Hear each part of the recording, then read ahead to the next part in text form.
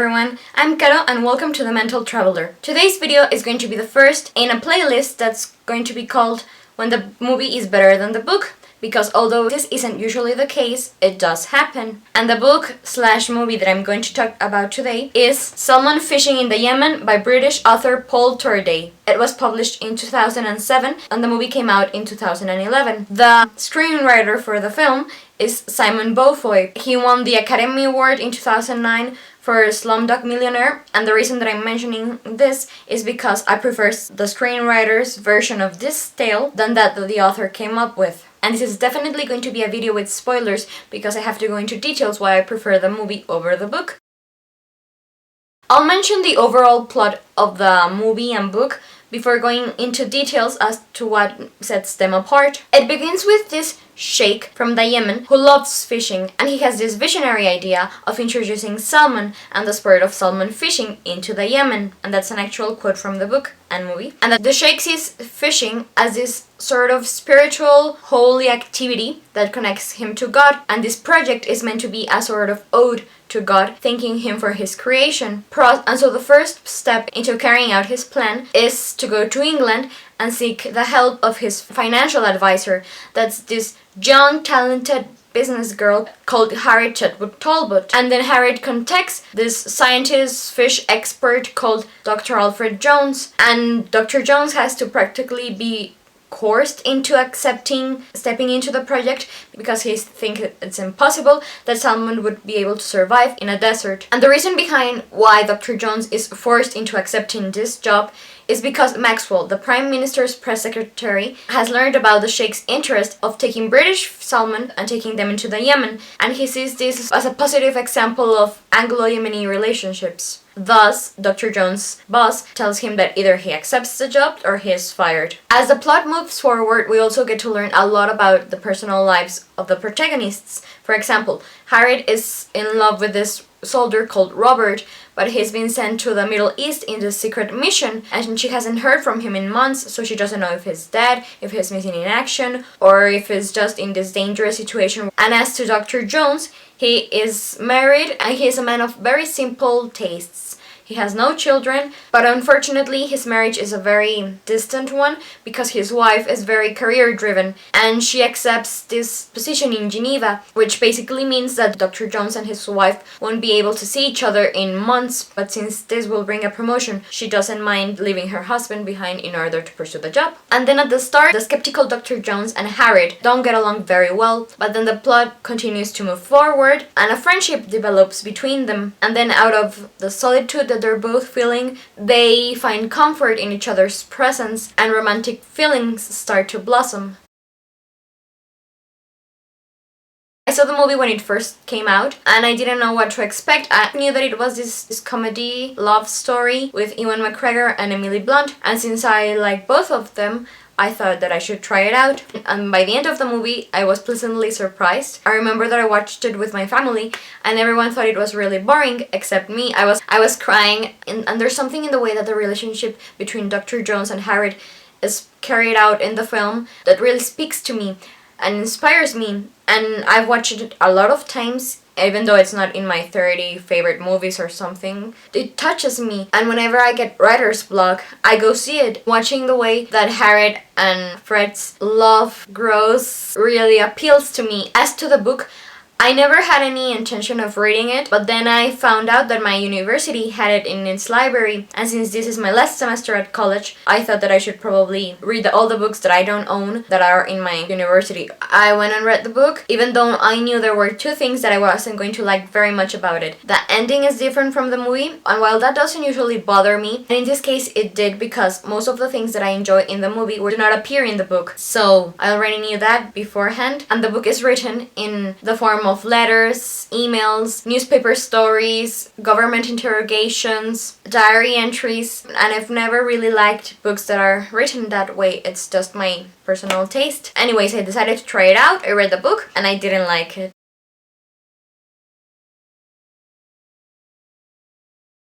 I dislike Harriet in the book, but I really love her in the movie. At the start of the plot, she is this strong young woman who's very successful in her career, but then in the movie, as the story goes on, she begins to show this fragile side, this vulnerability, and I really like watching that. But then in the book, she appears to be deeply in love with her fiance, and then goes and kisses Fred more than once, and even initiates other things with him. And while I understand that she must have felt very lonely and confused with all of her mixed feelings between Fred and her attachment to her fiance, to me it came out very selfish, as if she was only thinking of herself and not thinking very clearly about what her kisses would make Fred feel and how it would affect him for her to start physically initiating things between them. And I never thought of Harriet as selfish when I was watching the movie. And I suppose it's unjust to compare the Harriet in the movie with the Harriet in the novel, because to me they were two very different persons. But another thing that I think harmed Harriet's character for me in the book is that we mostly get to learn her thoughts in these letters that she writes to her missing fiance. And when she's writing to Robert, she doesn't really talk that much about Alfred and her growing feelings for him, so it was never really clear to me what she felt for Alfred. And finally, in the movie, she seems to be really inspired by the Sheik's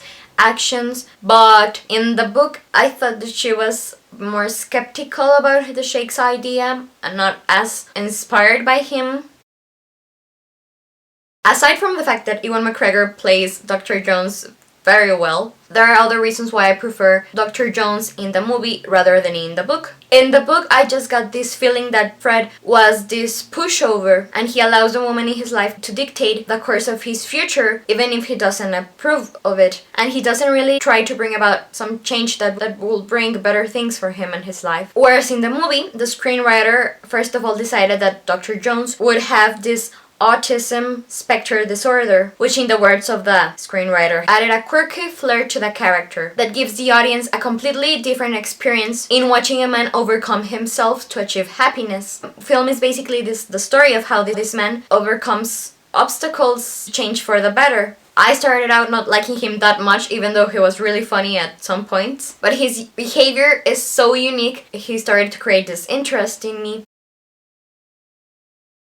In the movie, Fred is a very shy person. He doesn't connect very well to other people, and Harriet is suffering because she's confused between her growing feelings for Fred and her feelings for her boyfriend. And so I didn't expect to see this suddenly passionate kiss between them. They had to take things slowly, and it gives them this purity and innocence, and that's very rewarding to watch in these times. And I really enjoy the fact that these two people are brought together by the fact that they're feeling lonely and that they need comfort, and they find it with each other. I think that's very human and very natural, and it's not very often portrayed in films. I think it worked out beautifully. And it makes sense. It doesn't betray the characters that we watch for an hour and a half, 2 hours. And in an age where a movie has to have sex to sell, it's really rewarding that the screenwriter decided to take this course. Whereas physical relationship between Harriet and Fred in the books. As I said, Harriet kisses Fred twice, I think, and then when Fred wants to start kissing her on another occasion, she backs away and tells him that she doesn't want anything with him. And it wasn't very clearly stated, but I think that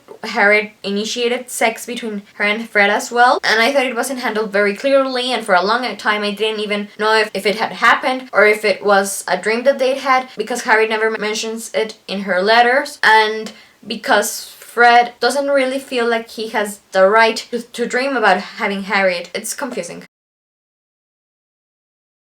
The only thing that I could criticize in the movie is the relationship between Harriet and Robert, the soldier that she is in love with that goes off to the Middle East. In the book, they're engaged to be married, but in the film, they've only known each other for a couple of weeks, and the way she reacts to his loss, I thought it was a little bit overplayed.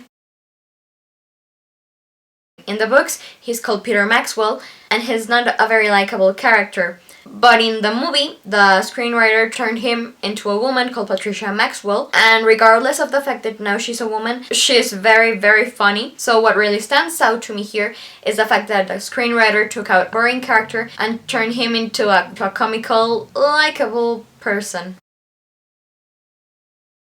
At the end of the movie, we get this sense that Harriet, Fred, and the Sheikh are willing to give the introducing salmon and the support of salmon fishing into the Yemen project a second chance. But then in the book, the Prime Minister and the Sheikh died in the inauguration day of the project, and then the British government starts to initiate all these interrogations and investigations to see if the Prime Minister didn't die because a murder plot had taken place, or if it was just an accident. And then the Sheikh's heirs don't want to invest their money into continuing the project, so the project is abandoned. And because of the British government's interrogations, Harriet and Fred suffer all of these sessions where they had to talk about the past and their feelings and everything that happened on the project.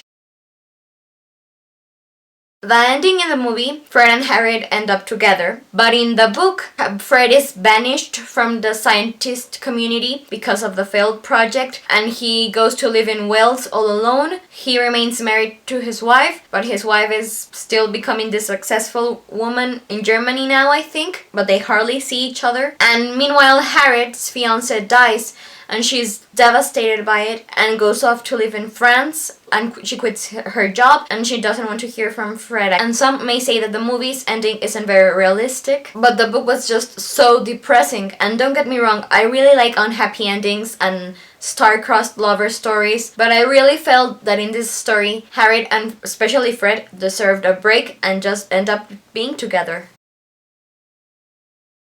It's so sad to read about this inspiring project that doesn't end well. It's simpler. I prefer the movie. More invested in the characters rather than in the project, and the characters are what appeal to me. And that's it for today. Thank you for watching. Please let me know what you think about the book, the movie, which one do you prefer. Let's discuss our point of views if you don't agree with me. In the description box you can find a link to the Goodreads page for the book, a link to the trailer of Salmon Fishing in the Yemen, and the link to the IMDb page of the movie, as well as a link to the interview with the screenwriter where he discusses some of the reasons why he decided to change the character of Fred from the one in the book. Thank you again for watching The Mental Traveler.